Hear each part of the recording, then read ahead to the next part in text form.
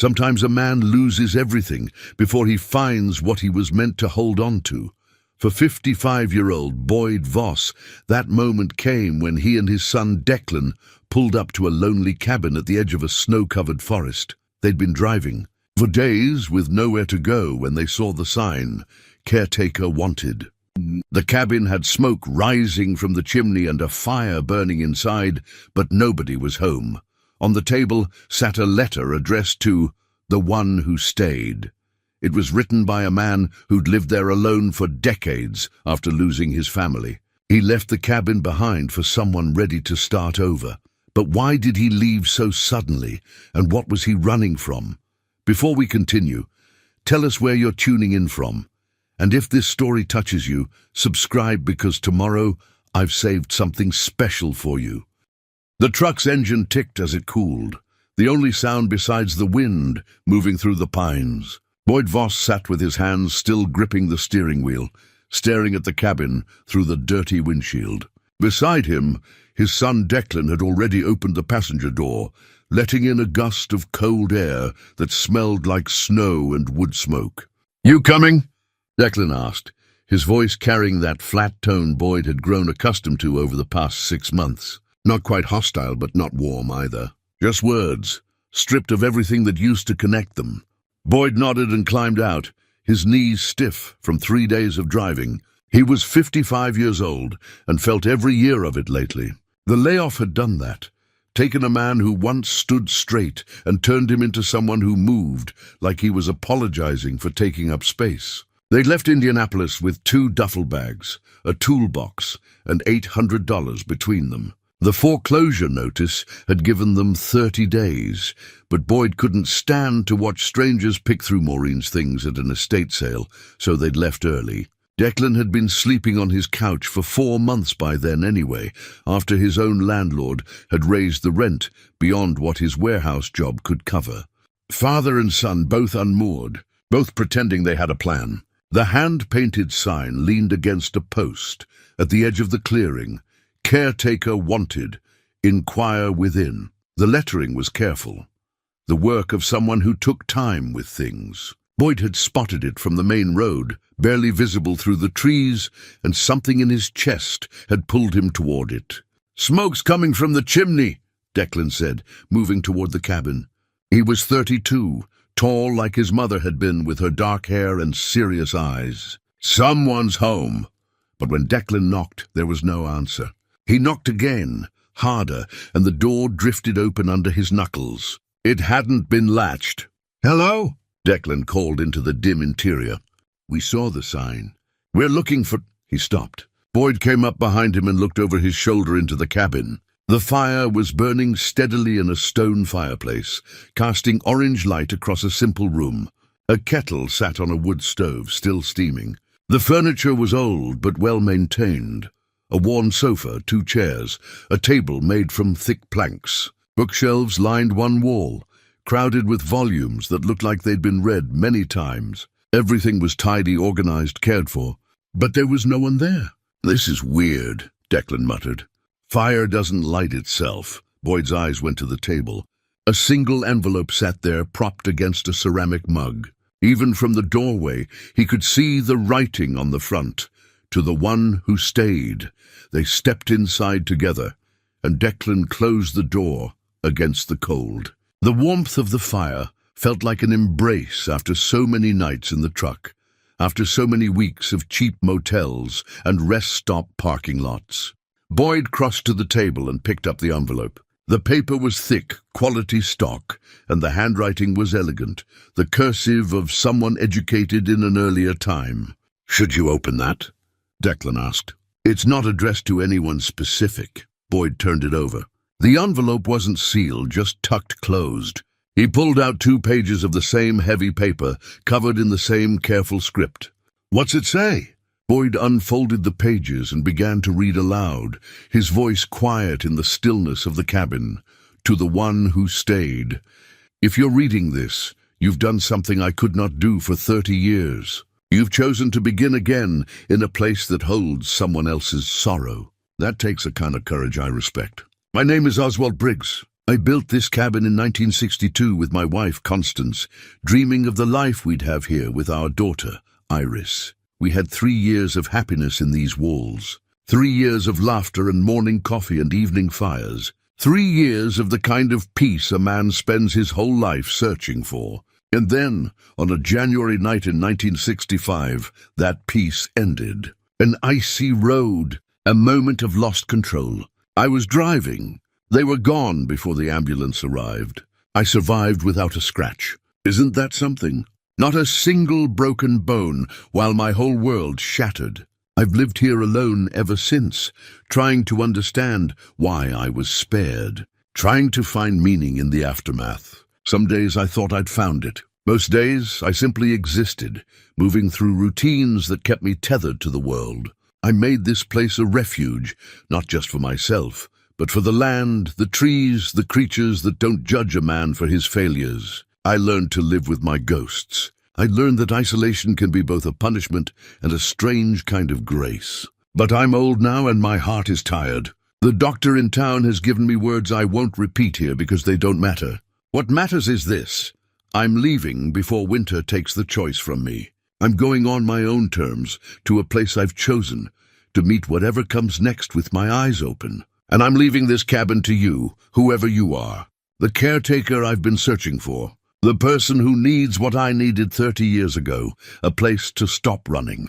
A place to face what must be faced. A place to begin again. The work is simple. Keep the fire burning. Maintain the property. Respect the land. You'll find instructions in the journal by the bed. Everything you need is here. I don't know your story, but I know you have one. Everyone who finds this place does. This cabin calls to people who are carrying too much. People who need permission to set something down. Consider this your permission. The past cannot be changed. I learned that the hard way, but how we carry it forward, that's up to us. I chose to carry mine alone, and while I don't regret it, I wonder sometimes what might have been different if I'd let someone help. Don't make my mistake. Whatever you're carrying, you don't have to carry it alone. Welcome home. Oswald Briggs. The silence after Boyd finished reading stretched long and deep. He folded the letter carefully, his hands not quite steady, and set it back on the table. Declan had moved to the window and stood looking out at the darkening forest. "He's dead," Declan said finally. "That's what he's saying. He went somewhere to die? Maybe. Definitely." Declan turned from the window. His face was hard to read in the firelight. "And he left all this to whoever showed up. To us. To whoever stayed," Boyd corrected quietly. "Same thing. I don't think it is." They stood in the warm cabin, 2 men who'd been strangers living in the same house for months, each wrapped in his own private grief and failure. Boyd thought about the letter's words, about caring too much, about the courage to begin again. "There's more," Boyd said, gesturing to a doorway that led deeper into the cabin. "Bedroom, I'd guess." "And he mentioned a journal." Declan didn't move. "What are you thinking?" "I'm thinking it's getting dark. I'm thinking it's cold outside. I'm thinking we have nowhere else to be, so we just, move into a dead man's house?" He offered it. Boyd looked at his son, trying to find something in Declan's face that looked like the boy he'd raised. "One night. We'll stay one night, and in the morning we'll figure out what to do next." Declan's jaw worked like he was chewing on arguments, but finally he nodded. "One night." Boyd woke to pale light filtering through unfamiliar windows, and the sound of an axe biting into wood. For a moment, he couldn't remember where he was. The ceiling beams above him were rough-hewn pine, not the textured drywall of the house he'd lost. Then it came back, the cabin, the letter, Oswald Briggs. He sat up slowly, his back protesting. The couch hadn't been uncomfortable, but at 55, every unfamiliar bed left its mark. Through the window, he could see Declan in the clearing, working methodically through a pile of logs. His son had always been an early riser, even as a child. Maureen used to joke that Declan got more done before breakfast than most people managed all day. Boyd stood and stretched, noting that someone, Declan presumably, had added wood to the fire during the night. The cabin was warm, almost cozy. He found his boots by the door and pulled them on, then stepped outside into air so cold it made his lungs ache. "Morning," Declan said without looking up. He brought the axe down cleanly, splitting a log into two perfect halves. Found the woodshed. We're low. Maybe 2 weeks' worth if we're careful. You've been counting. Habit. Declan set another log on the stump he was using as a chopping block. Place like this, you need to know what you have. Boyd watched his son work, seeing the efficiency in every movement. Declan had learned that in the army, how to assess, inventory, plan.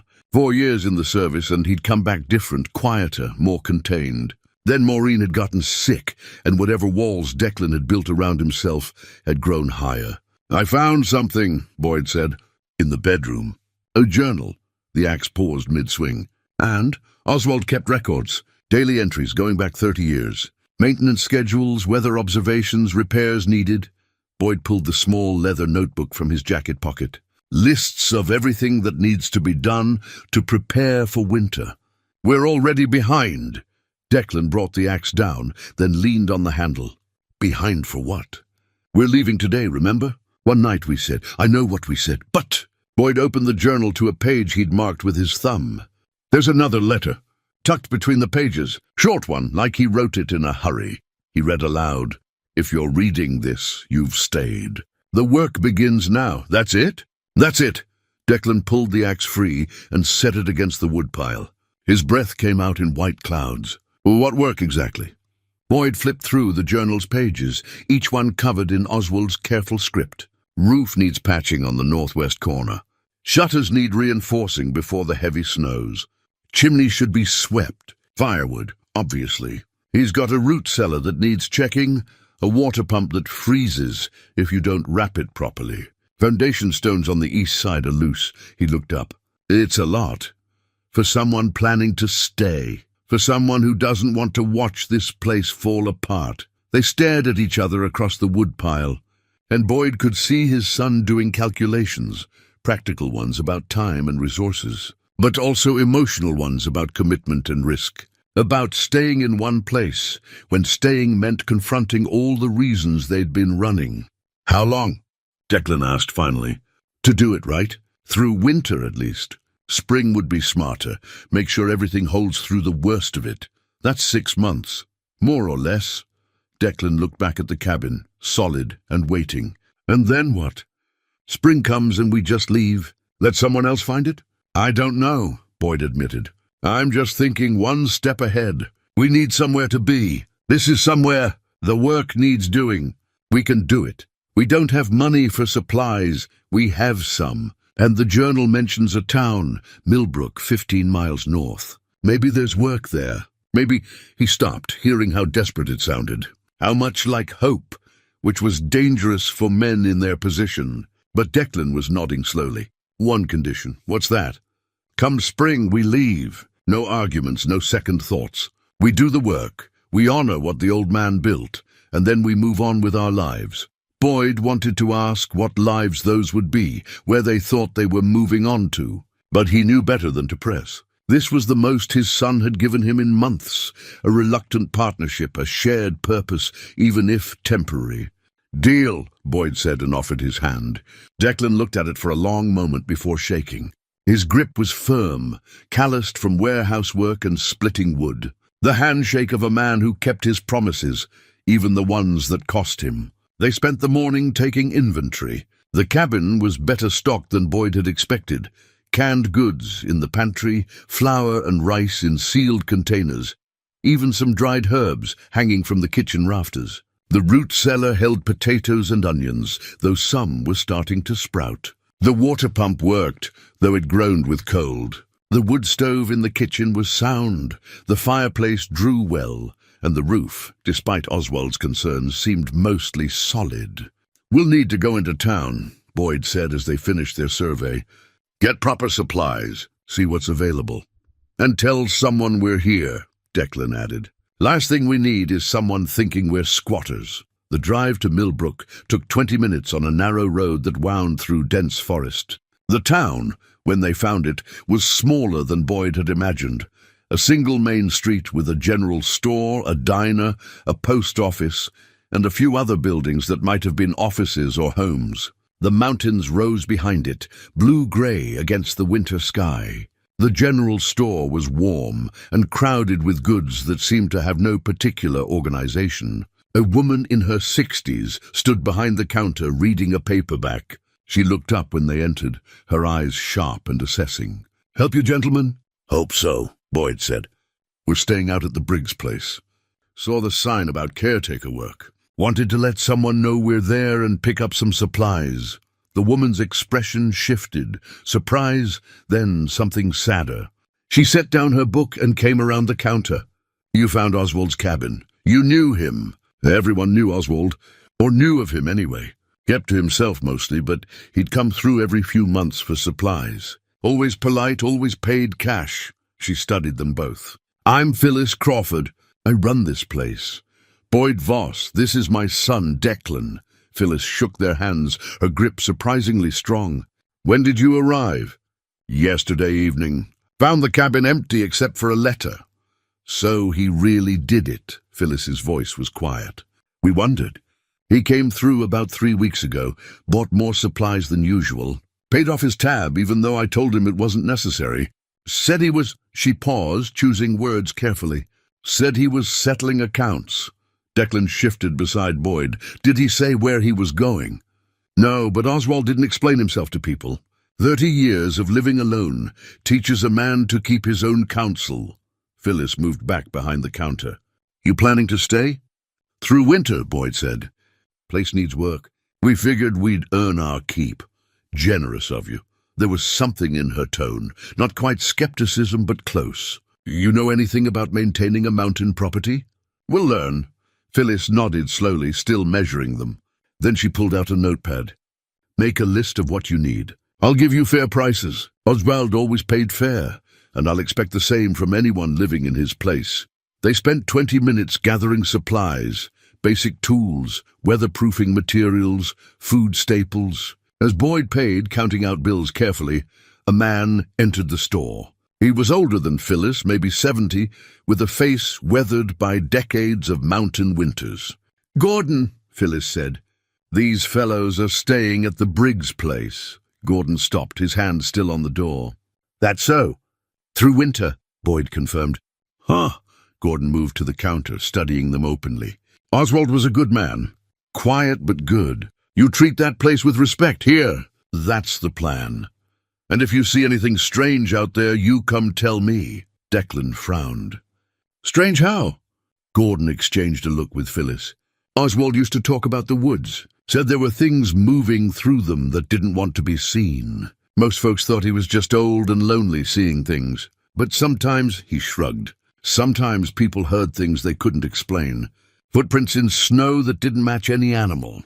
That sort of nonsense." "Nonsense," Phyllis said firmly. "Gordon loves a ghost story. I'm just saying what I heard." Gordon touched his cap to them. "Welcome to Millbrook. Hope you last longer than most." The drive back to the cabin was quiet. Boyd noticed Declan checking the mirrors more than usual and found himself doing the same. The forest pressed close on both sides of the road, dense with shadows, even in daylight. They were almost home. Boyd caught himself thinking the word and pushed it away when Declan braked suddenly. "What?"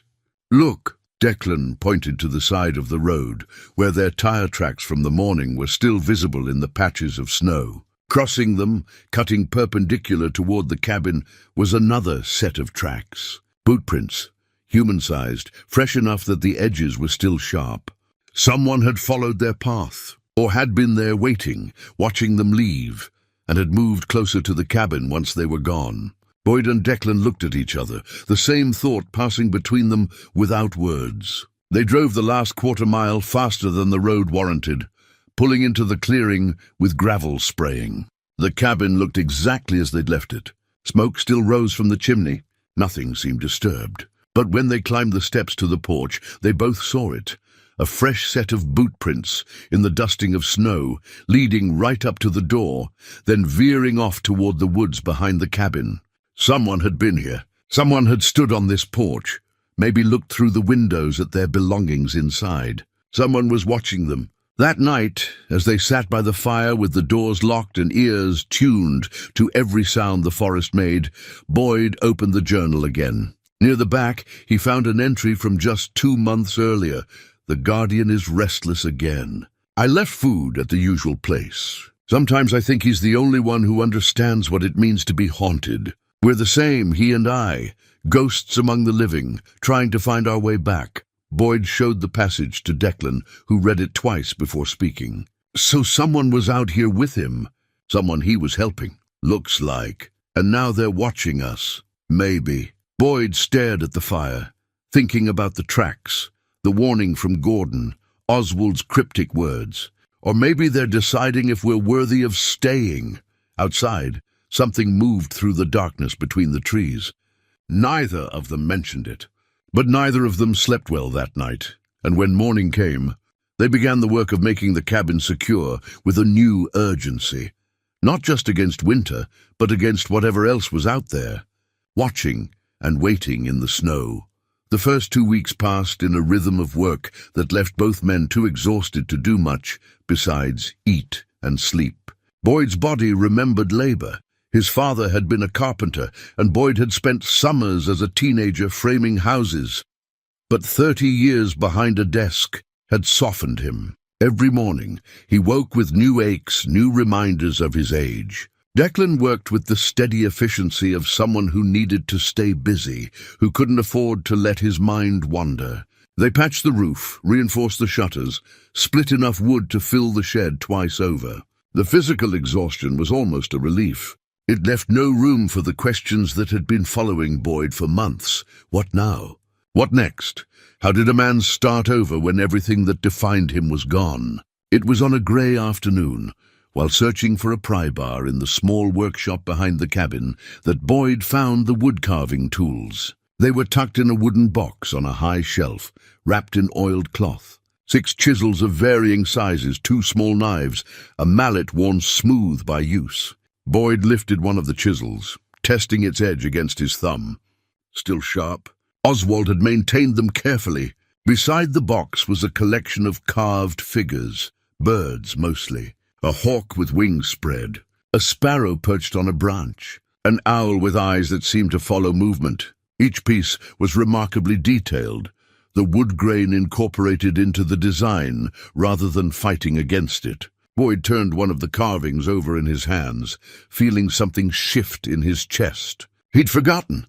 God help him, he'd completely forgotten. His father had taught him to carve when he was 12. Winter evenings at the kitchen table, Russell Voss's patient hands guiding Boyd's, showing him how to read the wood, how to let it tell you what it wanted to become. Boyd had loved it.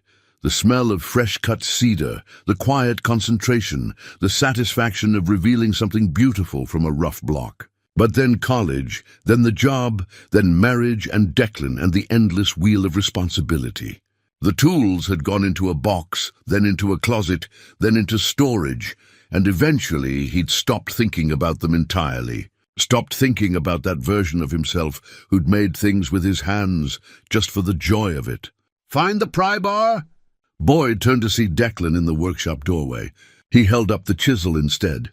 "Oswald carved," he said, hearing the thickness in his own voice.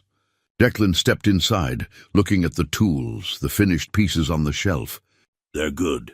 "Really good?" "Yeah." Boyd set down the chisel carefully. "I used to do this. Long time ago. I didn't know that. No reason you would. I stopped before you were born." Boyd picked up the hawk, studying the precise way Oswald had captured the curve of feathers. "My father taught me. His father taught him. I was supposed to teach—" He stopped. The unfinished sentence hung between them, heavy with all the things Boyd had meant to do, meant to share, meant to be. "You could start again," Declan said quietly. "Doesn't seem like Oswald would mind." That evening, after dinner, Boyd sat at the table with a piece of cedar he'd found in the workshop and the smallest of the chisels. His hands felt clumsy at first, uncertain, but slowly muscle memory returned. The angle of the blade, the pressure needed, the way to work with the grain rather than against it. He didn't try anything ambitious, just practiced basic cuts, relearning the language of the wood. Declan sat across from him, pretending to read Oswald's journal but mostly watching. Neither of them spoke. The only sounds were the fire crackling and the soft scrape of blade on wood. Over the next week, carving became Boyd's evening ritual. While Declan read or studied maps of the property, Boyd worked on small projects, a simple bird, then a better one, then a fox. The pieces weren't as refined as Oswald's, but they improved each night. More importantly, the work quieted something in Boyd's mind that had been screaming for months. It was Declan who made the first discovery during one of their wood-gathering trips. They'd ranged about half a mile from the cabin, following a deer path that wound through dense pines, when Declan stopped and pointed. There, hanging from a low branch, was a carved wooden bird, weathered by seasons but still recognizable, a blue jay, its crest detailed even after years of exposure. Boyd lifted it carefully from its perch. The carving was Oswald's work, no question. But why hang it here so far from the cabin? There's another one, Declan said, moving deeper into the trees. They found 5 more over the next hour, scattered through the forest like markers. Each one was different, a cardinal, a chickadee, a crow. Each one hung where it could catch light filtering through the canopy, visible to anyone who knew to look. He marked a path, Boyd said, turning back toward the cabin.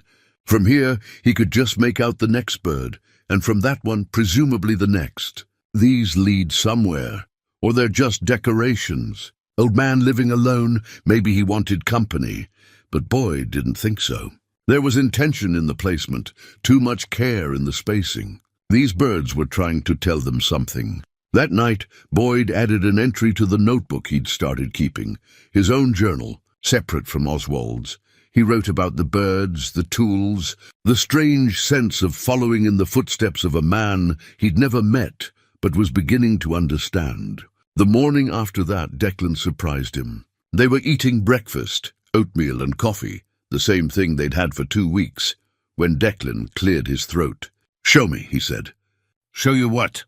"How to carve." "If you're going to sit there every night making things, I want to learn."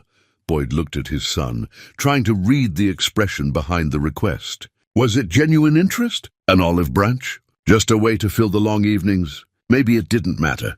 "All right," Boyd said. "We'll start tonight.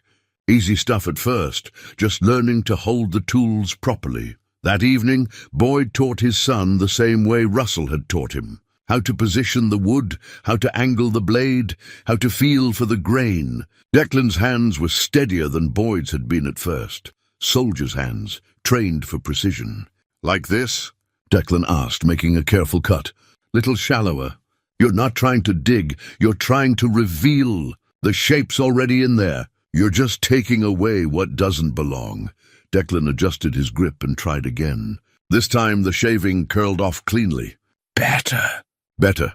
They worked in comfortable silence, father and son, in a cabin that had once held another father's grief. Outside, the temperature dropped, and the first real snow of the season began to fall soft and steady. Inside, by the fire's warmth, 2 men who'd forgotten how to talk to each other found a different kind of language. Later, as Boyd lay on the couch waiting for sleep, he heard Declan moving around the bedroom.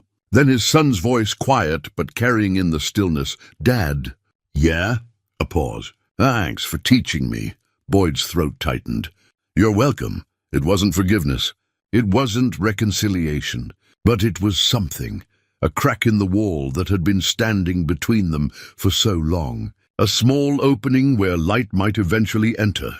Outside, snow continued to fall, covering the tracks that had been haunting them, erasing evidence of whoever was watching. But Boyd found he minded less now.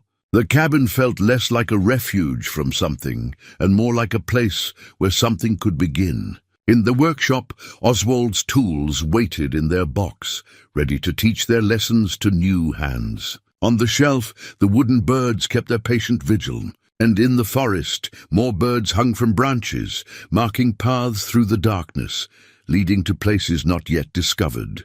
The work, as Oswald had written, had begun.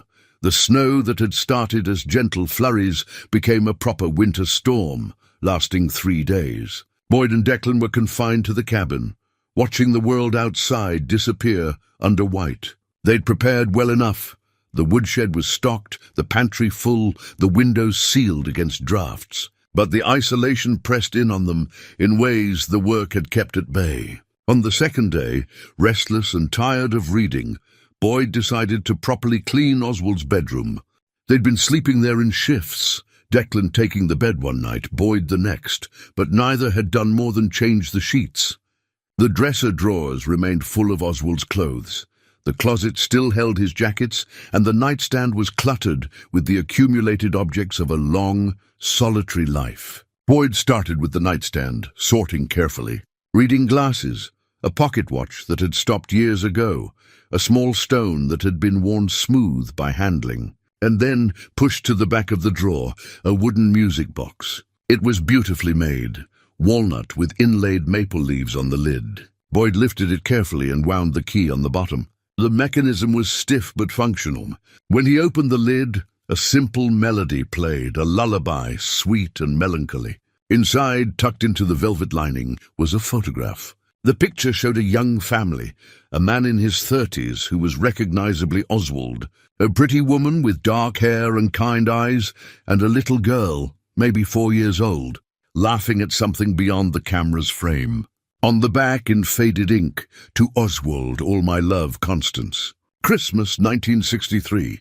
2 years before the accident. 2 years before everything ended." Boyd sat on the edge of the bed, holding the music box as it played its sad little song. He thought about Maureen, about the photographs he'd packed so carefully before the foreclosure, about the weight of carrying someone's memory forward when they couldn't carry it themselves. "Dad?" Declan stood in the doorway. Boyd hadn't heard him approach over the music. "Found this," Boyd said, holding up the box. "His family." Declan crossed the room and took the photograph, studying it for a long moment. "They look happy."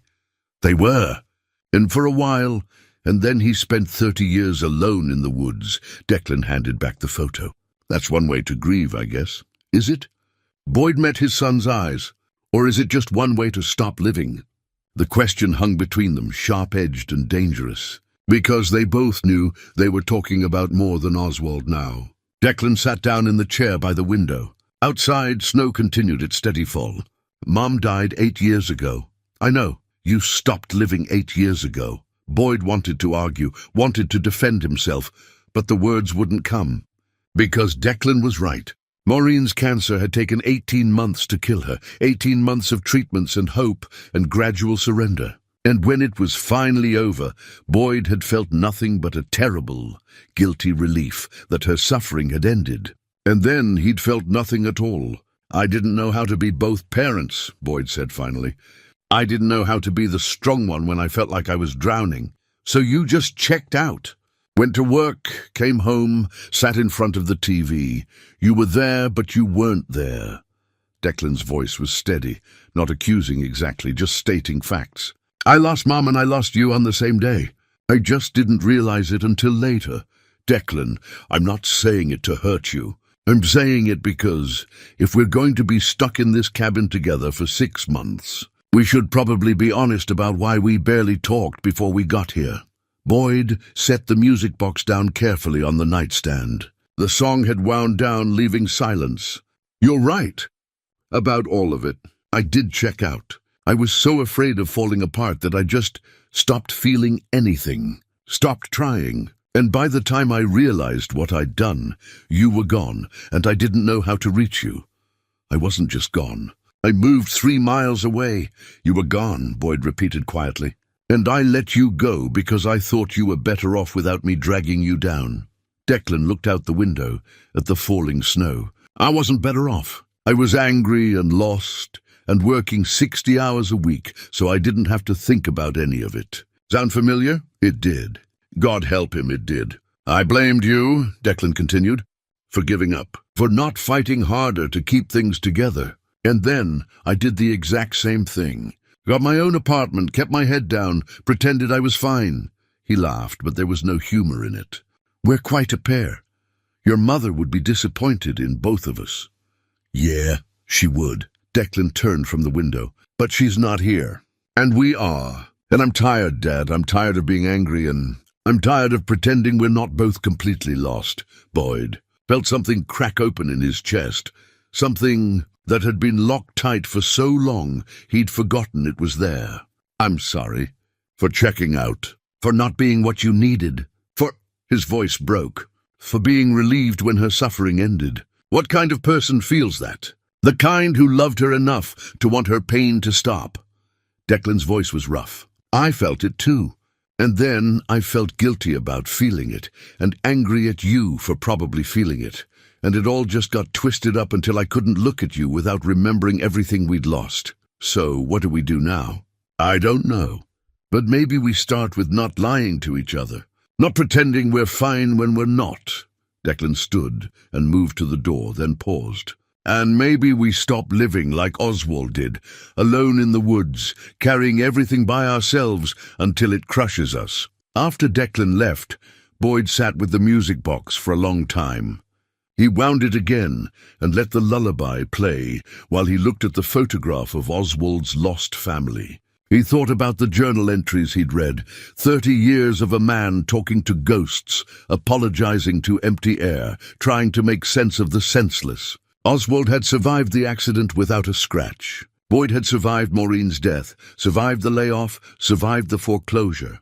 But surviving wasn't the same as living, and living alone wasn't the same as healing. That evening, they made dinner together. Nothing fancy, just pasta and canned sauce.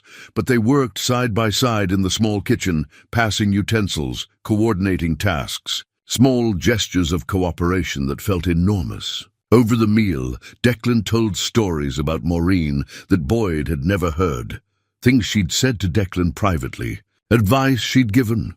Moments they'd shared when Boyd had been at work or too absorbed in his own grief to notice. Each story was a gift, a piece of her returned to him. In exchange, Boyd told Declan about the early days, before Declan was born. How Maureen had laughed at Boyd's terrible cooking. How she'd insisted on dancing in the kitchen, even though neither of them knew how. How she'd made him promise that no matter what life threw at them, they'd face it together. I broke that promise, Boyd said. You're keeping it now. They carved that night, working on separate projects but together, the way they'd been doing each evening. Declan's hands were getting steadier, more confident. He was working on a simple fish, and the scales he was etching showed real skill. She'd be proud of you, Boyd said, watching him work. Your mother. Of the man you've become. Declan didn't look up, but his hands stilled for a moment. I hope so. I know so. And I'm proud of you, too. I should have said it more. I should have said a lot of things. Well, Declan returned to his carving. We've got 6 months. Plenty of time. Outside, the storm finally broke. The clouds parted to reveal stars, scattered across the black sky like thrown diamonds. The temperature dropped further, sharp and clean. Tomorrow they'd dig out, assess any damage, get back to work. But tonight, in the warm cabin, with the ghost of a lullaby still hanging in the air and the first honest words they'd exchanged in years settling between them, Boyd allowed himself to feel something he hadn't felt in a very long time. Hope, not the desperate, grasping kind that comes from having no other choice, but the quiet, steady kind that comes from realizing you're not alone. That maybe, just maybe, broken things can be mended if you're patient enough and brave enough to try. In the bedroom, the music box sat silent on the nightstand, its secrets shared. Oswald's family smiled out from their photograph, frozen in a moment of happiness that had ended too soon. But their story, Boyd realized, didn't have to be a warning. It could be an invitation to love fully while you can, to forgive yourself when you fail, to remember that isolation is a choice, not a sentence, and that healing begins the moment you stop running from the people who need you most. The work, as Oswald had written, had begun, but it wasn't the work of maintaining a cabin or surviving a winter. It was the work of becoming, once again, a father and a son. 3 days after the storm cleared, Boyd found the letters. He'd been working in the small workshop, organizing tools and clearing space for a proper carving station, when he noticed the floorboard. It sat slightly higher than the others, as if it had been lifted and replaced many times. Boyd knelt and worked his fingers under the edge. The board came up easily, revealing a shallow space beneath. Inside was a wooden box, plain pine, unadorned. Boyd lifted it out and carried it to the workbench, where the light was better. The box wasn't locked, just closed with a simple latch. Inside were letters. Dozens of them, maybe 100, bound with string in neat bundles. Each envelope was addressed in Oswald's careful hand, but none had been mailed. No stamps, no postmarks, just names and dates written on the outside. To Constance, March 1965. To Iris, on your 5th birthday. To my girls, Christmas 1970. Boyd opened the first one with trembling hands. My dearest Constance, it's been 2 months since the accident. The doctor says I should write down what I'm feeling. He says it will help. I don't see how putting words on paper can help when you're not here to read them, but I don't know what else to do. The house is too quiet. I hear your voice sometimes, in the wind through the pines, in the way the door creaks. I set 2 plates for dinner before I remember. I reach for you in the night and find only cold sheets. They tell me time will make it easier. They tell me I'll learn to live with it, but I don't want to live with it. I want to die with it. I want to follow you wherever you've gone, but I'm a coward. I stay, I breathe, I watch the seasons change, and I write these letters to someone who will never read them, because the alternative is silence, and silence will kill me faster than grief ever could. I'm sorry. I'm so sorry. I was driving. It should have been me. Always yours, Oswald. Boyd read through several more, each one dated months or years apart. The early letters were raw with pain, barely coherent at times. But gradually they changed. The handwriting steadied. The thoughts became more organized, more philosophical. By 1970, Oswald was writing about the land, about finding purpose in stewardship, about learning to live with ghosts instead of fighting them. By 1980, the letters included observations about birds, about seasons, about the quiet satisfaction of work done well. And then Boyd found the recent ones, dated within the last year. To Constance and Iris, I had the dream again last night, the one I've been having for months now. A man and his son driving north, looking for something they can't name. I see them clearly, the father, middle-aged and broken by loss he won't acknowledge. The son, younger but carrying his own weight of grief and anger. They need this place. They need what I needed 30 years ago, permission to stop running, permission to face what must be faced. I've been preparing for them, stocking supplies, updating the journal, making repairs. Everything must be ready when they arrive. I don't know how I know they're coming. Perhaps it's madness. Perhaps it's grace. Perhaps there's no difference. But I believe, with everything I have left to believe with, that this is why I survived. This is why I was spared when you were taken. Not to live alone forever, but to prepare this place for someone else who needs it. A father who lost his way. That's what the dream tells me. A father who gave up after his wife died, who let his son drift away, who needs to remember how to be whole. I don't know his name yet, but I will. And when he arrives, everything will be ready. Your Oswald. Boyd sat heavily on the workbench stool, the letter shaking in his hands. Oswald had known. Somehow, impossibly, he'd known Boyd was coming. Known about Declan. Known they were running from grief they couldn't face. He read through more recent letters, each one referencing the dreams, the preparations, the certainty that his purpose was to prepare the cabin for whoever needed it next. The last letter was dated just 3 weeks before Boyd and Declan had arrived. My dear ones, the dreams are clearer now. I know his name, Boyd. I know his son is called Declan. I know Boyd's father was named Russell, and that Russell carried secrets that poisoned 3 generations. I don't know how I know these things, but I trust the knowing. Tomorrow I'll drive to Millbrook one last time. I'll settle my accounts with Phyllis, say goodbye to Gordon without telling him it's goodbye. And then I'll come back here and finish preparing. The fire will be burning when they arrive. The letter will be waiting. Everything they need will be here. Tools, supplies, instructions. And these letters, hidden where Boyd will find them when he's ready. Because he needs to know this wasn't random. This wasn't accident or coincidence. This was meant to happen. He needs to know he's not alone in carrying impossible weight. He needs to know forgiveness is possible. Forgiveness of himself, of his father, of the circumstances that brought him to this place. I'm at peace with leaving now. My work is done. The cabin will care for them the way it cared for me, by giving them space to grieve, to heal, to remember who they were before loss reshaped them. Tell them, if you can, that some endings are really beginnings, that the worst thing that ever happened to us led directly to the moment they needed most. Tell them they were always meant to find this place. With all my love, until we meet again, Oswald. Boyd didn't realize he was crying until a tear fell on the page, smudging the ink. He wiped his eyes roughly and carefully returned the letters to their box, then carried it into the cabin. Declan was at the table, working on his carving. He looked up when Boyd entered, and his expression shifted immediately. "What's wrong?" Boyd set the box on the table. "I found these in the workshop, under a floorboard." "What are they?" "Letters from Oswald to his wife and daughter. 30 years' worth." Boyd sat down heavily. "He knew, Declan. He knew we were coming. He dreamed about us. About you and me specifically." Declan's hands stilled on his carving.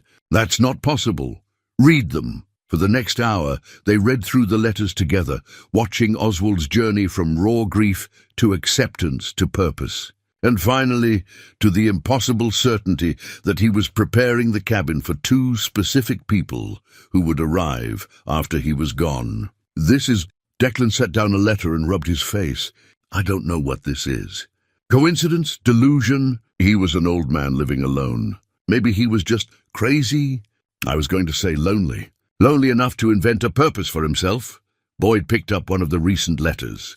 He knew our names. He knew about Mom. He knew about my father. How could he possibly know about your father? "I don't know." But he did. And there's more. Boyd found the letter he was looking for and handed it to Declan. He mentions Russell carrying secrets. Secrets that poisoned 3 generations. Declan read the passage, his brow furrowing. "What secrets?" "I don't know." "My father died when I was 16, but—" Boyd hesitated, remembering something he'd buried for decades. "There was a night a long time ago. I was about 10. He came home late, shaken up. His truck had damage on the front end that hadn't been there that morning. He told my mother he'd hit a deer, but he was different after that. Quieter, he started drinking more. And he never took that truck out at night again. Sold it a month later, bought something else." Boyd looked at his son. "I never thought about it much. Just a strange memory. But the timing—" He didn't need to finish. Declan's face showed he understood. "January 1965, Declan said quietly. "When Oswald's family died." They sat in silence, the implications spreading between them like spilled ink. If Russell had been involved in the accident that killed Oswald's family, if he'd been the driver who fled the scene, then everything changed. Their presence here wasn't just coincidence. It was inheritance, a debt passed from father to son, demanding to be paid.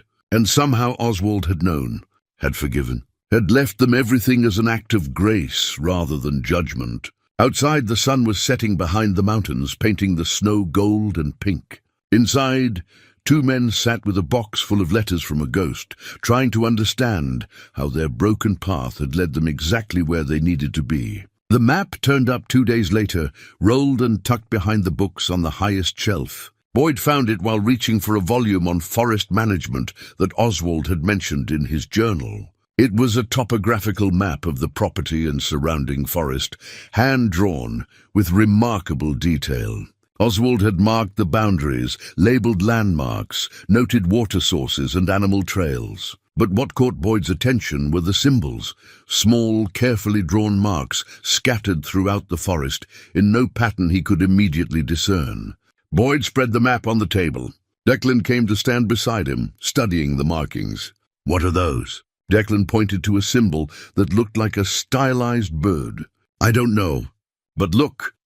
Boyd flipped through Oswald's journal until he found what he was looking for. Here, he mentions places of clarity in one of his entries, lists coordinates that match these symbols. Declan traced the marks with his finger. "How many?" 8, spread out over maybe 5 square miles. Boyd checked the journal again. He calls them meditation spots, places he'd go to think, to find peace. Each one is marked with something, a carved bird, a stone cairn, something to identify it. We've already found some of the birds. Right, but not all of them. And according to this, there are other kinds of markers too. Boyd looked out the window at the forest, still deep with snow, but beginning to show signs of the coming thaw. "We could map them out." visit each one, see what he left there. Why? It was a fair question.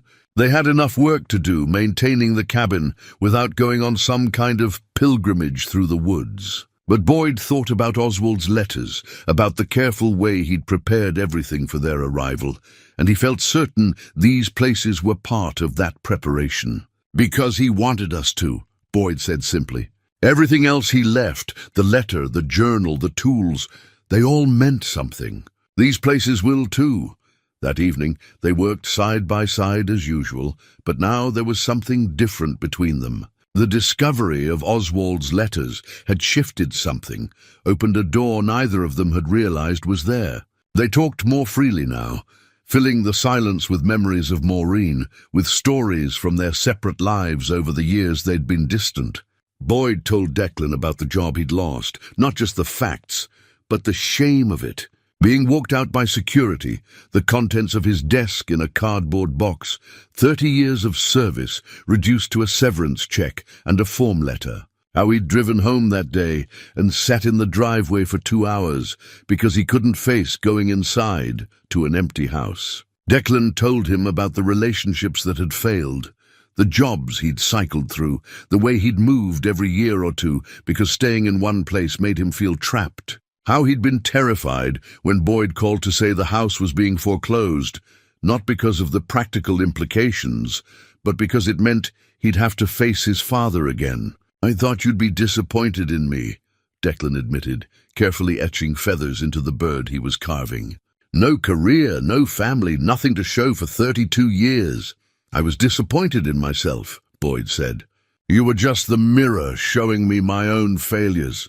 That's not fair to either of us." "No, it's not." They worked in silence for a while, and then Declan said, "We should make something together. Not separate projects, one thing we both work on." Boyd looked up, surprised. "Like what?" "I don't know. Something that matters. Something we can both put our hands on and say we made it together." The idea settled in Boyd's chest, warm and right. "Okay, we'll think about it." 2 days later, when the weather cleared, they made their first expedition to one of the marked locations. According to the map and Oswald's notes, the nearest site was about a mile northeast, in a clearing overlooking the valley. The hike was harder than Boyd expected. The snow was knee-deep in places, and the terrain was rough. But Declan moved with practiced ease, and Boyd pushed himself to keep up, feeling his body grow stronger with each day of physical work. They found the clearing exactly where the map indicated. A rough circle of stones had been arranged in the center, and at the northern edge, a wooden plaque had been mounted on a post. The carving was weathered but still legible. "Here I forgave myself." Boyd and Declan stood in the clearing, looking out over the valley. The view was extraordinary, mountains stretching to the horizon, the forest rolling out below them like a green-white sea. "What do you think he forgave himself for?" Declan asked. "Surviving, maybe, when his family didn't. Is that something that needs forgiving?" Boyd thought about the guilt he'd carried after Maureen died, the relief that her suffering had ended, the secret gladness that he didn't have to watch her waste away anymore. The shame of those feelings had eaten at him for years. "Sometimes," he said, "the worst thing we do is judge ourselves for being human." They stood in silence for a long time. Then, without planning it, Boyd started talking. About the night Maureen died. About holding her hand and feeling it go slack, feeling her last breath whisper against his cheek. About the sob that had torn out of him, not grief exactly, but release. And about the self-loathing that had followed, the conviction that he'd failed her by being relieved it was over. "I told myself I should have wanted more time," Boyd said, his voice rough. "That a good husband would have begged for just one more day, one more hour. But I was so tired, and she was in so much pain. And when it ended, I was glad. And I've hated myself for that ever since." Declan was quiet for a moment. "Then she told me near the end that she was ready, that she'd had a good life, and she didn't want us to watch her turn into something she wasn't. She said the hardest part was knowing how much it would hurt us." "She told you that?" "Yeah, when you were at work one day. She made me promise I'd take care of you after." Declan's voice cracked slightly. "I broke that promise. I ran instead. You were grieving too. You were allowed to run. So were you. Boyd felt something break open in his chest, something that had been locked tight and calcified for 8 years. She wanted us to be okay without her. Yeah, we're not doing a very good job of it. No, Declan agreed. But maybe we're starting to. Boyd reached out and pulled his son into a hug. The first real embrace they'd shared in years. Declan stiffened for a moment, then relaxed and hugged back, his grip fierce and desperate. I'm sorry, Boyd said into his son's shoulder, for checking out, for not being there, for making you carry everything alone. I'm sorry too, for blaming you, for leaving instead of staying and fighting for us. They held each other in the clearing where Oswald had forgiven himself, and Boyd felt years of accumulated guilt and anger start to loosen their grip. Not disappearing, he understood now it would never disappear completely, but becoming something he could live with, something that didn't define him. When they finally pulled apart, both men's eyes were wet. Declan wiped his face roughly and looked at the plaque again. You think the other places will be like this? Little stations of healing? Maybe. Oswald seemed to think we needed them. He was probably right. They carved their initials into one of the stones in the circle before they left. BV and DV side by side. A record of having been there, of having faced something together. The hike back to the cabin felt easier, as if they'd left some of their weight behind in that clearing. They talked about the next location, about the project they'd make together, about the coming spring and what it might bring. That night Boyd carved, while Declan sketched designs for their joint project. A wooden bird, large and detailed, with both their styles incorporated. Something that would require both their skills, both their visions working in harmony. We'll hang it over the fireplace, Declan said. So whoever comes here next will know this place can heal more than one person at a time. Boyd looked at the sketch. At the care his son had put into imagining something they'd create together, and felt that unfamiliar warmth in his chest again.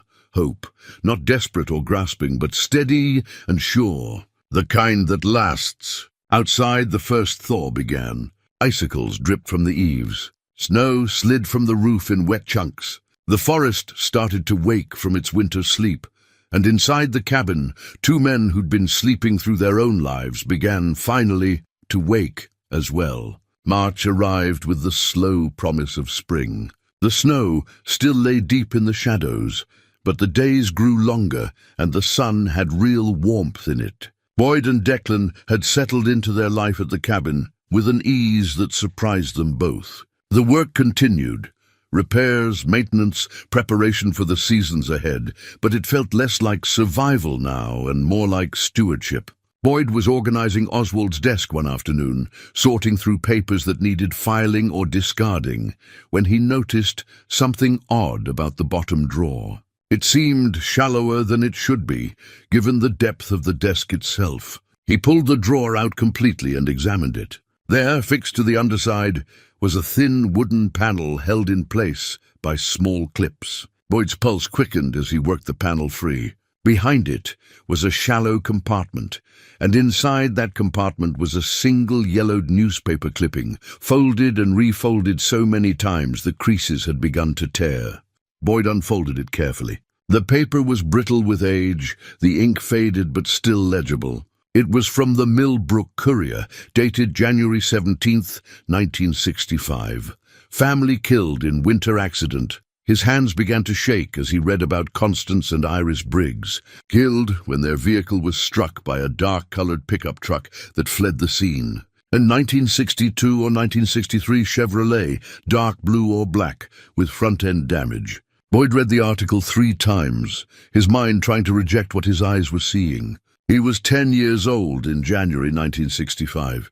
He remembered that winter because his father had come home late one night, shaking and pale, and the next morning the truck had damage on the front end that hadn't been there before. His father's 1963 Chevrolet pickup, dark blue, almost black in certain light. The damage Russell had blamed on hitting a deer. The truck he'd sold within a month and never mentioned again. Boyd sat down heavily, his legs no longer able to support him. His father had killed Oswald's family. had been the driver who fled, who destroyed everything Oswald loved, who carried that secret until it killed him too. And Oswald had known. "Dad!" Boyd looked up to find Declan in the doorway. He held out the newspaper clipping with shaking hands. "Read this." Declan crossed the room and took the article. Boyd watched his son's face as he read, watched comprehension dawn, watched the same horror Boyd felt reflected back at him. "Your grandfather's truck," Boyd said, his voice hollow. "He came home that night with front-end damage. I remember it, Declan. I was 10 years old, and I remember him standing in the driveway, looking at it like he'd seen the devil himself. This doesn't prove..." "It does, and Oswald knew. That's why he left us this place. That's why his letters mention my father by name." They returned to the box of letters, searching with new urgency. Near the bottom, they found what they were looking for. A letter dated just 3 months before they'd arrived, addressed simply to Boyd. Boyd's hands trembled as he read Oswald's words aloud. The letter explained everything. How Oswald had spent years trying to find the driver. How he'd eventually chosen forgiveness over vengeance. How the dreams had revealed Boyd's identity and his father's crime. How Oswald had researched and confirmed his suspicions. "I forgive your father, Boyd," Oswald had written. "And more importantly, you need to forgive yourself for being his son. You need to forgive yourself for surviving when others didn't, for being relieved when your wife's suffering ended, for not being perfect when life demanded perfection." The letter went on to explain that Oswald's nephew Felix knew the whole story, had been watching them from the woods to ensure they were worthy of the gift, that when the time was right, Felix would reveal himself, that the three of them, Boyd, Declan, and Felix, were meant to help each other carry what they couldn't carry alone. "Some endings are really beginnings," Oswald wrote. "The worst thing that ever happened to me led directly to the moment you needed most. Welcome home, Boyd.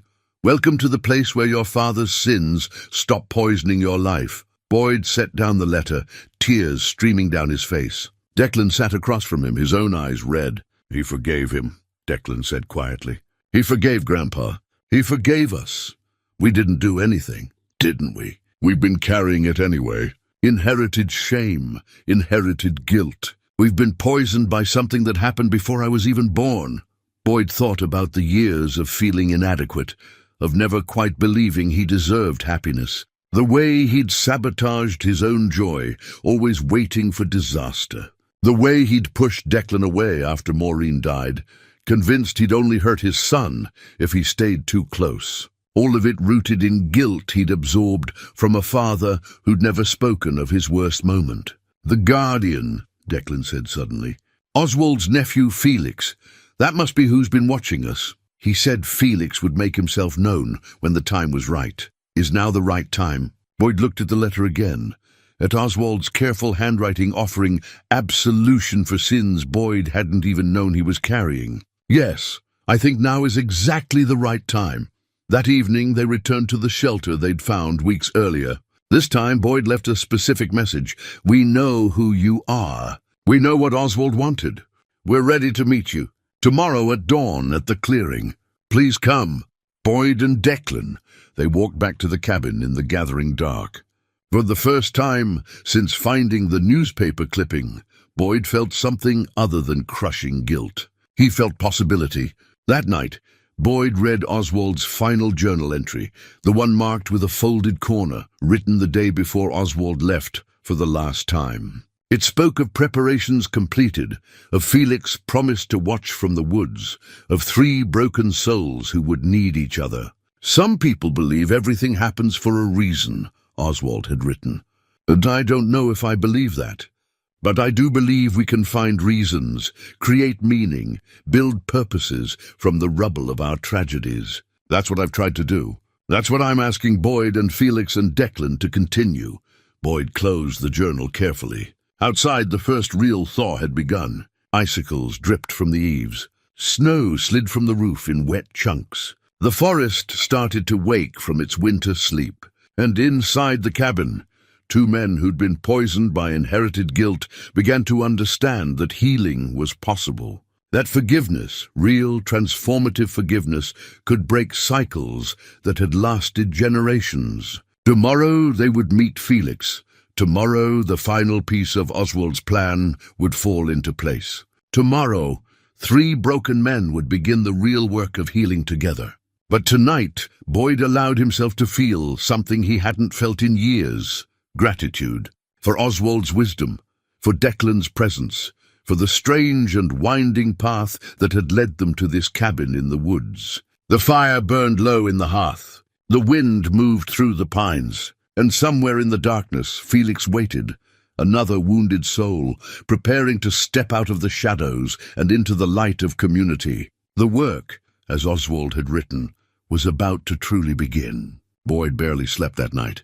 He lay on the couch, staring at the ceiling beams, thinking about the meeting that would come with dawn.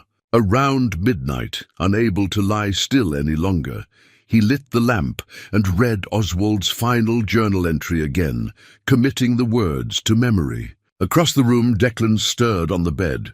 "You awake?" "Yeah." "Me too." Declan sat up, running his hands through his hair. "Keep thinking about tomorrow, about meeting this Felix person. What if he doesn't show?" "He'll show." Oswald asked him to. And from everything we've read, Oswald was the only person Felix trusted. They tried to rest after that, but neither man managed more than fitful dozing. When the first grey light began to seep through the windows, they rose without speaking and prepared for the journey to the clearing. Boyd made coffee, strong and black. They dressed in layers against the cold, and Boyd tucked Oswald's letter to Felix, found hidden in a hollowed-out copy of Walden, into his jacket pocket. At the door, Boyd paused. "Whatever we learn today, whatever Felix tells us, remember, Oswald wanted this. Wanted us to meet him, to help him, to let him help us." The walk to the clearing took 20 minutes. The sun was just beginning to break over the mountains, painting the snow in shades of pink and gold.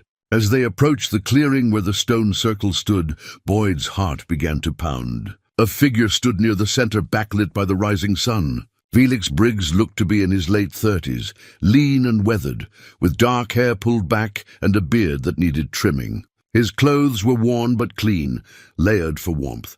His eyes were intelligent and haunted, the eyes of someone who'd seen too much and couldn't forget any of it. "Felix?" Boyd said, stopping about 10 feet away, giving the man space. "You're Boyd." It wasn't a question. Felix's voice was rough, like he didn't use it often. "And Declan. Yes, thank you for coming." Felix's jaw worked, and for a moment Boyd thought he might bolt. But then his shoulders dropped slightly. "Uncle Oz told me you'd be different, that you'd understand what it's like to be haunted." Boyd pulled out Oswald's letter. "He left this for you." Felix took the envelope with trembling hands, staring at his uncle's handwriting. "He really did it. Left for good. Yes, we're sorry for your loss. Don't be." He was ready. His heart was giving out, and he didn't want to waste away in some hospital bed. Felix opened the envelope and began to read. Boyd and Declan sat on the stones in respectful silence, watching emotions play across the younger man's face: grief, surprise, hope. When Felix finished, he folded the letter carefully and tucked it inside his jacket. "He says I'm supposed to trust you, that the 3 of us are meant to help each other. He says it's time for me to stop hiding. You're a veteran," Declan said gently. Felix's eyes snapped to Declan, sharp and defensive. Then he seemed to recognize something in Declan's tone. "You serve?" 4 years, Army, got out in 16, Marines. 3 tours.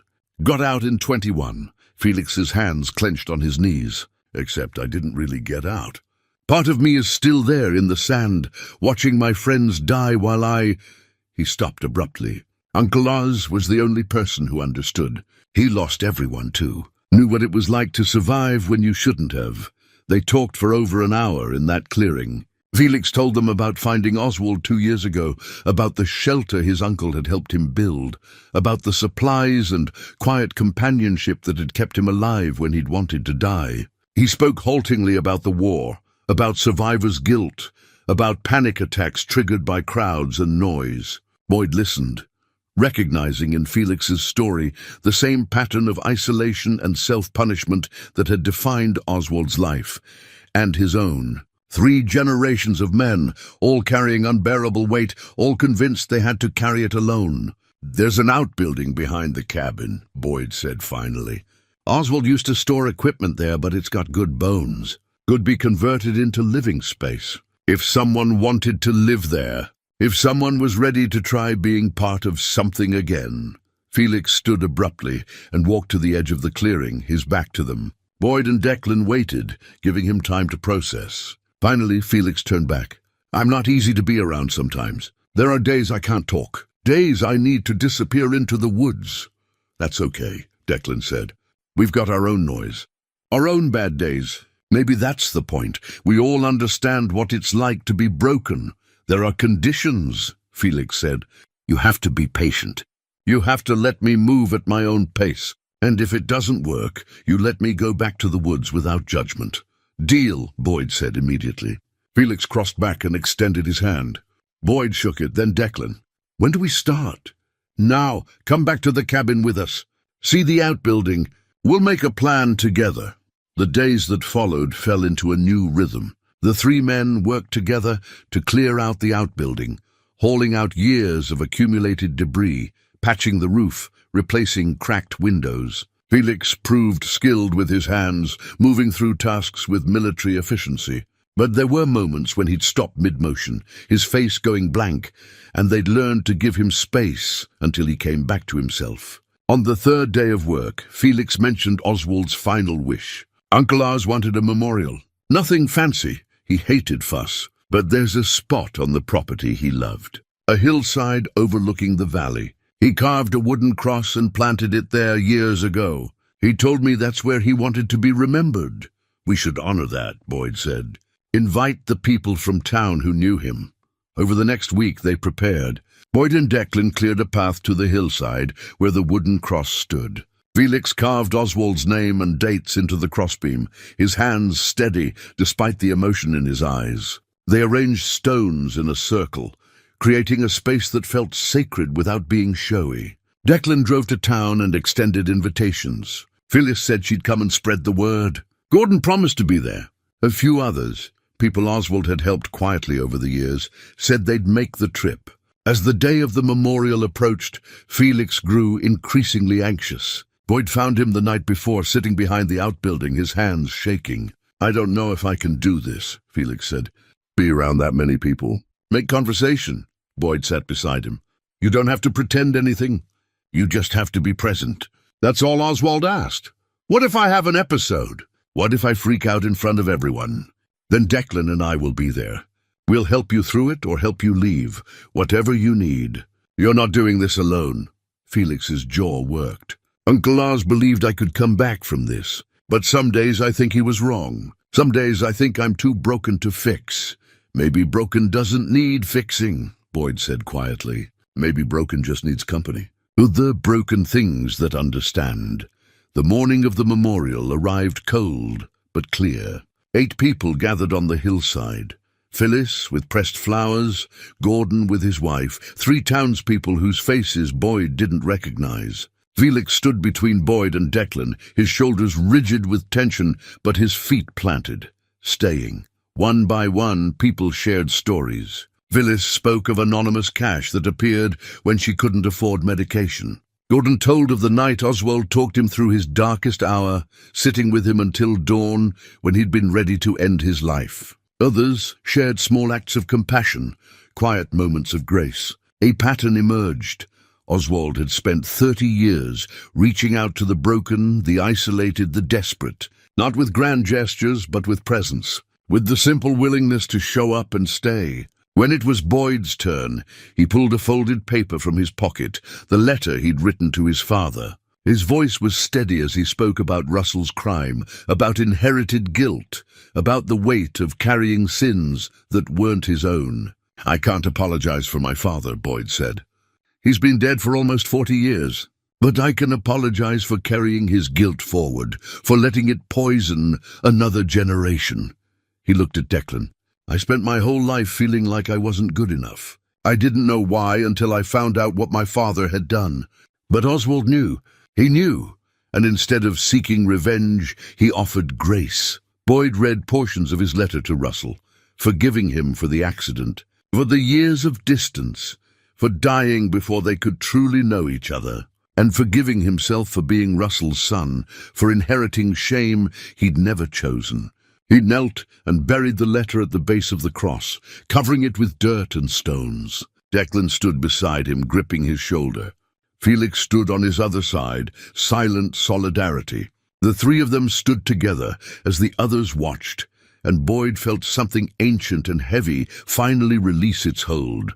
Oswald would be proud, Phyllis said, touching Boyd's arm, for having the courage to face this. As the group dispersed, Boyd remained at the cross for a moment longer. He touched the carved wood, thinking about Oswald's hands shaping this memorial years ago. "Thank you," Boyd whispered, "for showing me how to be free." The wind moved through the trees like breath, like release, like the sound of something long held finally letting go. The three men walked back to the cabin together, bound now not just by Oswald's plan, but by their own choice to stay, to heal, to carry each other's burdens when the weight became too much. The work had truly begun. The days that followed Felix's arrival fell into a new rhythm. The three men worked together to clear out the outbuilding, a sturdy structure about 30 yards behind the main cabin that had been used for storage. It needed work. The roof had a few leaks, the windows were cracked, and years of accumulated debris had to be hauled out, but the frame was solid and the foundation good. Felix proved to be skilled with his hands, moving through tasks with military efficiency. But there were moments when he'd stop mid-motion, his face going blank, and they'd learn to give him space until he came back to himself. Sometimes it took minutes, sometimes longer. On the third day, as they were installing a new window, Felix spoke about Oswald's final wish. Uncle Oz wanted a memorial. Nothing fancy, he hated fuss. But there's a spot on the property he loved, a hillside overlooking the valley. He carved a wooden cross and planted it there years ago. He told me once that when his time came, that's where he wanted to be remembered. Boyd set down his hammer. "We should do it then." "Honor his request." He wanted people there. The few folks in town who knew him said he didn't want a funeral, but he wanted people to gather and remember that he'd been here, that he'd tried to do some good. "We can arrange that," Declan said. "Go into town, invite Phyllis and Gordon, anyone else who should be there." Over the next week they prepared.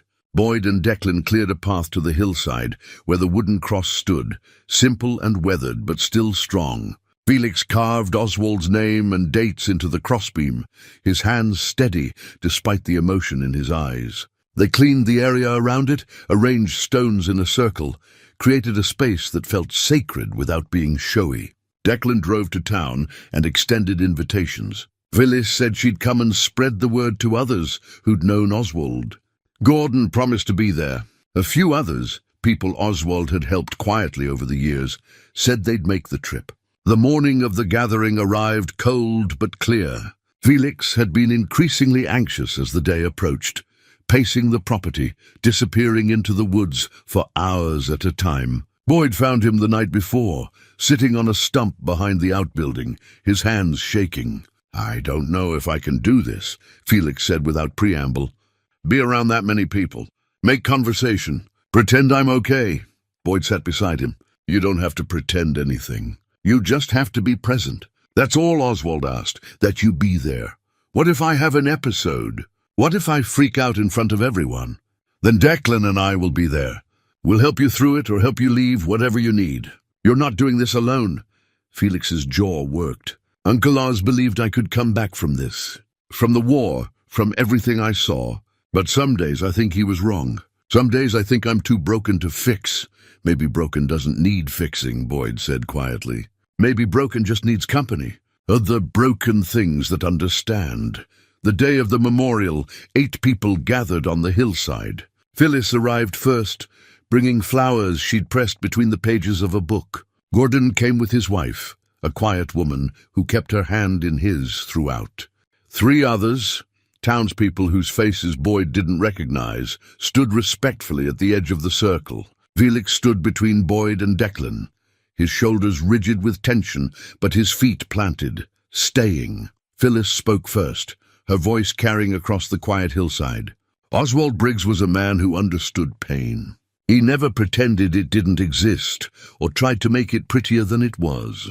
But he also understood kindness. When I couldn't afford my heart medication, an envelope of cash showed up in my mailbox. No note, no name. But I knew. We all knew. Gordon cleared his throat. He talked me through the worst night of my life. I'd lost my son, lost my way, and I was standing on my back porch with a bottle of pills, ready to end it. Oswald showed up, never did figure out how he knew I needed him. But he sat with me until dawn. Didn't try to fix anything, just stayed. Sometimes that's enough. One by one, the others shared stories. Small acts of compassion, quiet moments of grace. A pattern emerged. Oswald had spent 30 years reaching out to the broken, the isolated, the desperate. Not with grand gestures, but with presence. With the simple willingness to show up and stay. When it was Boyd's turn, he pulled a folded paper from his pocket. I never met Oswald Briggs, but he knew me. Knew my story, my failures, my need. He left me, left all three of us. He gestured to Declan and Felix, a place to begin again. He taught us that forgiveness is possible, that healing doesn't mean forgetting, and that the work of being human is the work of showing up for each other. Boyd paused, emotion making his voice rough. Oswald survived an accident that killed his family. He carried that grief for 30 years, but he didn't let it make him cruel. He let it make him compassionate. That's his legacy. Not the cabin, not the land. The compassion. He knelt and placed a carved wooden bird at the base of the cross, the first piece he and Declan had made together, wings spread as if in flight. Thank you, Oswald. For everything. We'll carry it forward. After the others finished sharing their memories, a comfortable silence settled over the hillside.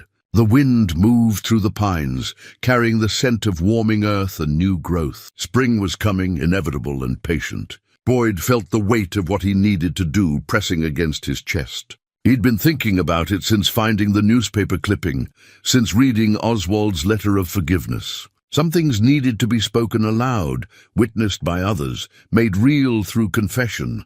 He stood again, pulling a second folded paper from his pocket. This one was different, newer, written in his own hand just last night.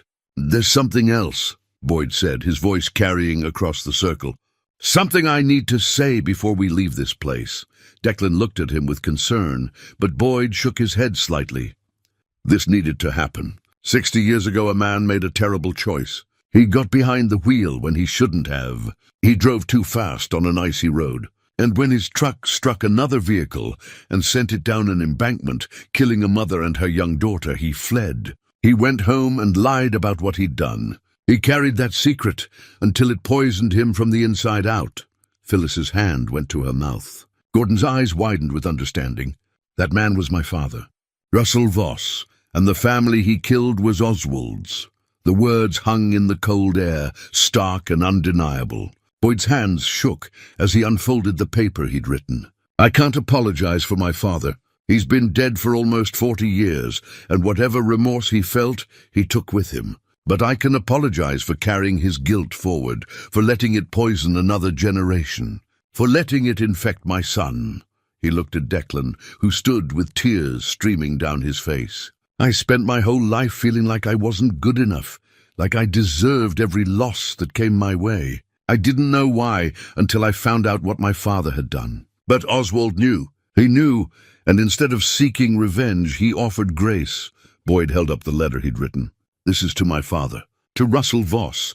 I wrote it last night, and I'm going to read it now, and then I'm going to bury it here at the base of Oswald's cross. Because this is where forgiveness lives. This is where cycles break. He began to read, his voice steady despite the emotion churning through him. Dad, I know what you did on January 16th, 1965. I know about the truck, the accident, the family you killed. I know you came home that night and lied to Mom, to me, to everyone. I know you sold the truck and tried to bury the truth, but it buried you instead. I'm angry at you for what you did, for driving drunk or reckless or careless, whatever the reason was, for running instead of staying, for choosing cowardice over accountability. But I'm angrier at what your secret did to our family. How it poisoned you, made you distant and sad and ultimately unreachable. How that poison seeped into me, made me feel unworthy of love and success and happiness. How I passed it on to my own son, perpetuating a cycle of inherited shame that neither of us understood. That ends now. Oswald Briggs, the man whose family you killed, forgave you. He spent 30 years learning how to let go of anger and hatred. And in the end, he gave his home, his refuge, his life's work to your son and grandson. Not as punishment, but as liberation. So I'm choosing to forgive you too. Not because you earned it or deserved it, but because carrying your guilt is killing me the same way it killed you. I forgive you for being human and flawed and weak in your worst moment. I forgive you for the years of distance between us. I forgive you for dying before I could know you. And more importantly, I forgive myself for being your son, for inheriting your shame without knowing it, for letting it shape my life in ways I'm only now beginning to understand. I choose to honor what was good in you. Your skill with your hands, your quiet strength, your love for your family even when you couldn't express it. And I choose to leave here the guilt that was never mine to carry. You did a terrible thing, Dad, but you're not the only thing I am. Your worst moment doesn't define my whole life. I'm free of you now, and I hope, wherever you are, you've found the peace you couldn't find here. Your son, Boyd.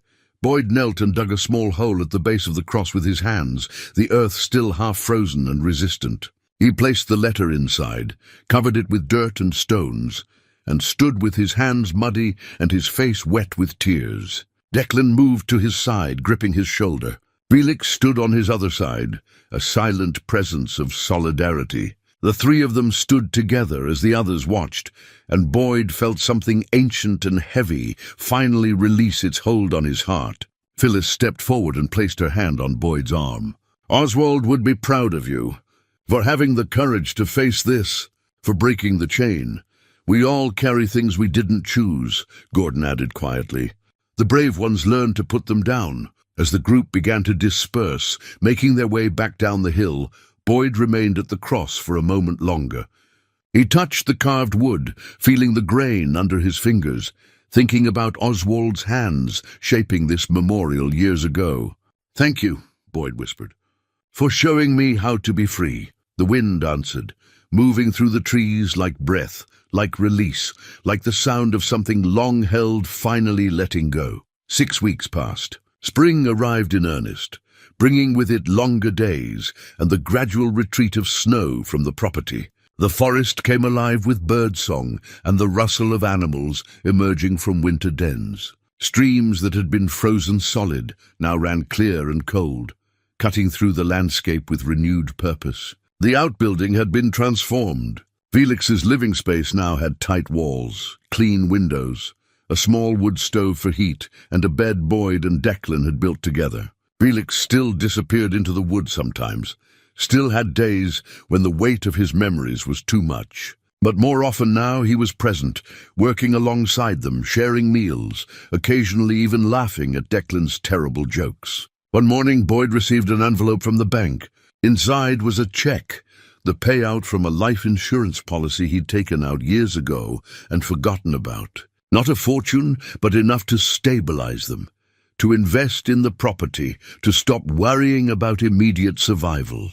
He showed it to Declan over coffee. "We could leave now," Boyd said, testing the words. "Have enough to start over somewhere else. Get an apartment in a city, look for work."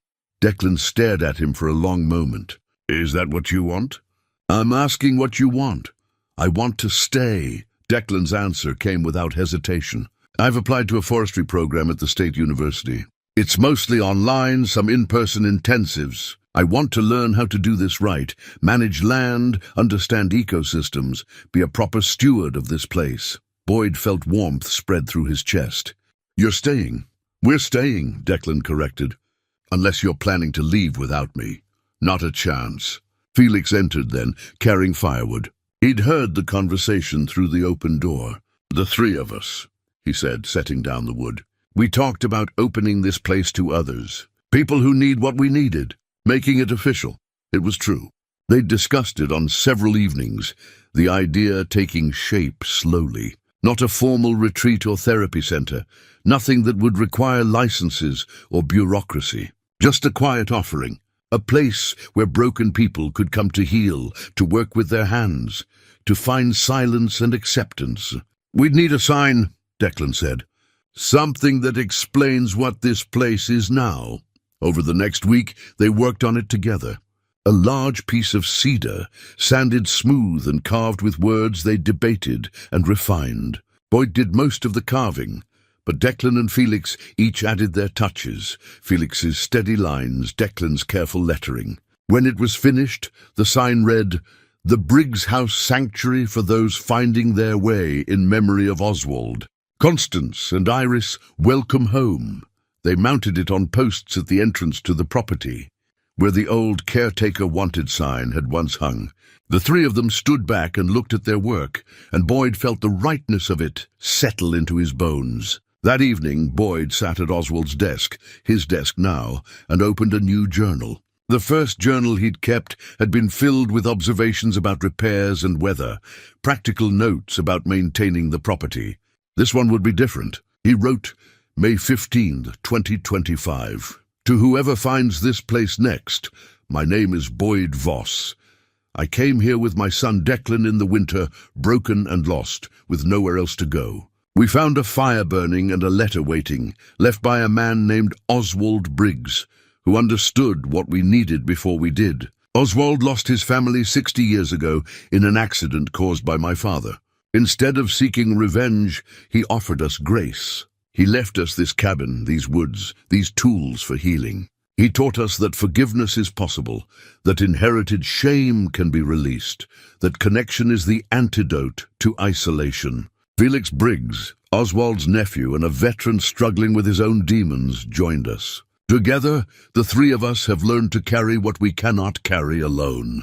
We've learned that broken things can still be useful, that imperfect people can still create beauty, that healing doesn't mean forgetting, it means learning to live fully despite our scars. This place is a sanctuary now, for people who need space to grieve, to heal, to remember who they are beneath their pain. We don't offer solutions or easy answers. We offer work, silence, presence, and the understanding that comes from shared struggle. If you're reading this, you're probably one of those people. You're probably carrying weight you don't know how to set down. You're probably tired of pretending you're okay when you're not. You don't have to pretend here. The work is simple. Maintain the property, respect the land, honor those who came before. But the real work is internal. Facing what must be faced, forgiving what must be forgiven, choosing connection over isolation. The fire will be burning when you arrive. Everything you need will be waiting, and you are not alone. This cabin has been rebuilt twice, once with wooden nails in 1962, once with forgiveness and grace in 2025. Each generation adds something, repairs something, carries forward what matters. Your turn now. Welcome home, Boyd Voss, with Declan Voss and Felix Briggs. Boyd closed the journal and placed it on the shelf beside Oswald's. 2 generations of wisdom and pain and hope, preserved for whoever would need them next. Outside, Declan and Felix were sitting by a fire pit they'd built, carving pieces for the collection they were creating, birds in flight, each one representing a person who'd found healing here. They'd hang them throughout the forest, continuing Oswald's tradition, marking paths for those who came after. Boyd joined them, picking up his tools, falling into the comfortable rhythm of creation. Above them, stars began to emerge in the darkening sky. The forest settled into its evening sounds. Smoke from the fire rose straight and true into the still air. 3 men who'd been strangers, brought together by tragedy and grace, sat in companionable silence, each carrying his own scars, his own memories, his own reasons for being here. But none of them carrying those burdens alone anymore. The cabin glowed warm behind them. The woods stretched out in all directions, patient and endless. And somewhere in the distance, if you listened carefully, you could almost hear the echo of Oswald's voice, satisfied and at peace. The work had been done. The fire would keep burning. The healing would continue. One broken soul at a time finding their way home.